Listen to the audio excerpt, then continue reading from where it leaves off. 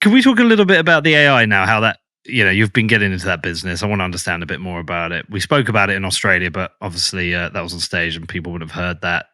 You guys are expanding into AI, including AI within your data centers. What's the correlation between Bitcoin mining and, I don't want to say AI mining, but like the AI side of your data centers? Yeah, so I think this is interesting, and it goes back to the kind of the genesis of our business, which is not to be crypto miners. Like, we've never subscribed to the whole CCAN and shipping container in a desert mentality, finding old abandoned warehouses. We've approached it through the infrastructure lens. So most of our backgrounds is in traditional infrastructure, ports, airports, commodities, renewable energy projects, gas pipelines, etc. So we kind of think through a 20, 30-year lens when we're building and operating stuff. And our thesis was you build power-dense data centers in a world that's becoming digitized, electrified, everything's going online. We've got that physical, linear world ability to build that infrastructure, but all these digital exponential demand drivers, whether it's the Bitcoin price, whether it's online energy consumption, generative AI as it turns out. So that's a really interesting position to be in, where you're monetizing an asset base that is harder to bring online supply-wise because it's the linear world, and you're monetizing it into an exponential demand curve. So that was kind of the thinking around it. So we've got these data centers, Bitcoin mining. We love Bitcoin, went down the rabbit hole there. That's another story. Thought, perfect. You buy these chips, plug them in, they're spitting out 9, 12-month cash paybacks, bootstrap the platform, wake up in 5 years. And another analogy I'd use for that mentality was almost modern day farmers. So if you step back and you look at agriculture, right? What are the core ingredients of farming? You've got to have access to land, and you've got to have hydrology. You've got to have access to water. Now, once you've got those core ingredients, what you farm, what you grow, how you monetize that, you can flex as markets come and go. One season you can be growing wheat, the next season you can be growing something else. For us, it was the same thing. In this world that's becoming electrified, digitized, all this renewable energy getting built, go and lock up those factors of production. Go and lock up low-cost excess renewables, build the data centers, own the land, the infrastructure. How you monetize that 5, 10 years from now, yep, Bitcoin will probably be here, but who knows what other possibilities will emerge. So that was really exciting for us.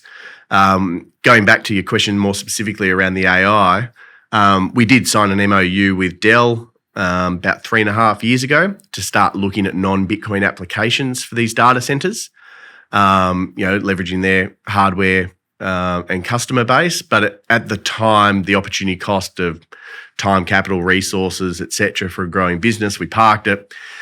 Now, back to where we are today. The last 6 to 12 months, the explosion in generative AI, the image side, the language model side. As we mentioned offline, I was in San Francisco last week. Like, it's on, right? And I'll say that with caution. Like, all these industries tend to go through kind of boom and bust cycles first, but fast forward in 10, 20 years, ignoring the trajectory of how we get there, it feels like we're on a path that's kind of pretty fundamental in nature. So where we stand today with our data centers is we've developed from the ground level, first principles, these proprietary data centers that are optimized for power dense compute. Now, why is that important? Because it's very different to how other data centers are built and the genesis of where they've come from. So if you look at capital city data centers, typically they're optimized for very different things. They're optimized for high reliability, very low latency, mission critical applications, hospital systems, government systems, people working on their shared drive in the office where you want to double click on a document. You don't want to wait 3 seconds for it to open every time. Now, the thing about those facilities, it's all about power density. Historically, 10 to 15 kilowatt racks. So you've got a big structure in your data center, the CPU's in there, 10 to 15 kilowatts of energy consumption.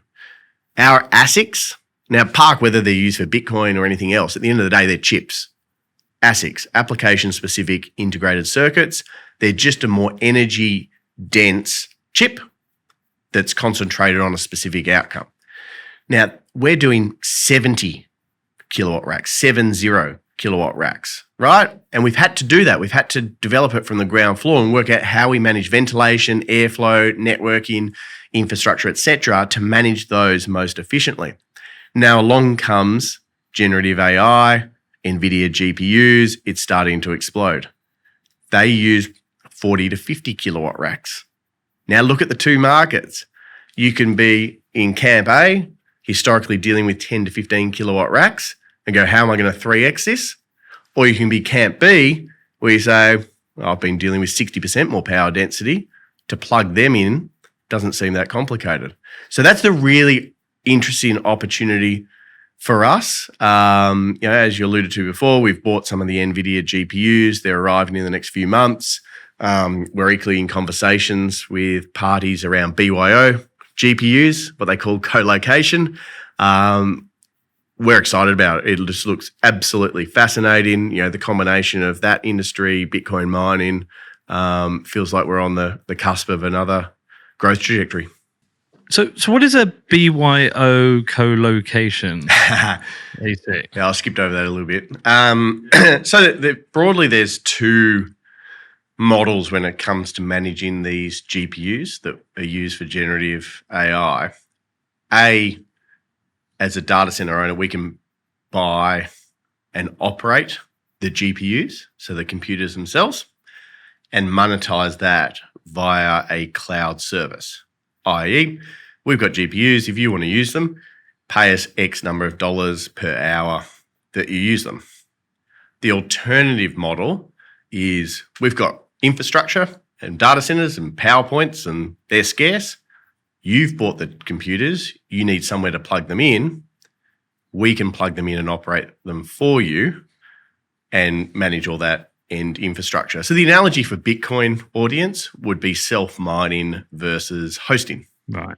Yeah, I get it. Do you think there'll ever become a scenario whereby you guys will be balancing between whether you use your energy for AI or we're using it for Bitcoin mining, almost like your own demand response within the services you provide? Yeah. We were Yeah. chatting this morning about it. It's like fast forward 5-10 years, where are we? And it's kind of ironic, as I said earlier, when we set this business up, we're being asked to talk about what the business model is. And we said, fast forward 5-10 years, we don't know where we'll be, depending on how different markets emerge and the economics and the ability to service that. We'll pivot our business accordingly. Unfortunately, that doesn't always resonate. Investors like certainty and say, we want you to be 53% this and 48% and 47. Can't add up to 100. So it's something we're working through live time. The reality of sitting here today is we're 100% Bitcoin, except for the initial purchase of those NVIDIA chips. But fast forwarding, 3 months, 6 months, whatever it takes, I think the Bitcoin proportion will start reducing, but we'll never let go of Bitcoin, right? Like, it's the backbone of our business. We're believers in it. It'll be a portion, but what it looks like in 5-10 years, something else will probably pop up in that time, to be honest. So the AI thing, is it more because you've got this infrastructure, it's a booming market, sometimes you can't always, like you said before, you can't always maybe scale into Bitcoin if if you go into a bull market and the chips aren't available, you might as well use the infrastructure for something else? Or is it more about, I'm guessing the revenues from AI, I keep saying ASICs, but the GPUs, is that just like a more reliable, steady income, so it gives the business more stability? Yeah, look, at its heart, we go back a step. It's about locking up low-cost excess renewable energy and building infrastructure that can monetize and transform that renewable energy into digital applications. So you've got the real world, the scarcity of supply of megawatts, power, infrastructure, the linear ability to scale that, contrasted with a revenue line that is the exponential world, whether that's Bitcoin or whether it's the current generative AI push. You can't scale the real world fast enough. So just as the Bitcoin people found out a couple of years ago, now the generative AI people are finding out there's not enough data centers. even if they can get chips and, there's 12-month waits on those chips, once you've got them, you need a power point to plug them in. And to the earlier point, a lot of the traditional data centers can't plug them in, or if they do, they've got to plug them into an empty room and remove all the other applications because they can't manage the power density. So it's the same phenomenon playing out. Now, in terms of the various business models and stability of income and volatility of income, et cetera, look, it's risk and return, right? Like if you sign a 5-year contract in generative AI to host someone's GPUs, that'll be at one price.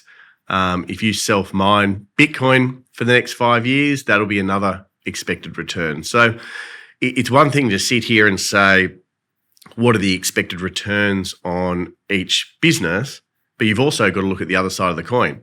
What's the cost of capital in fueling and promoting and investing in those sectors? Now, I don't think it's any secret that Bitcoin mining doesn't trade on the greatest of earnings multiples. It's pretty slim. But if you look at traditional data centers, traditional technologies, we're talking many, many multiples, even orders of magnitude differentials. So if we can navigate through and optimize that cost of capital and deliver the investor market a product and an investment thesis that they find compelling, then that'll hopefully liberate more capital for us to continue growing and investing in both Bitcoin and AI.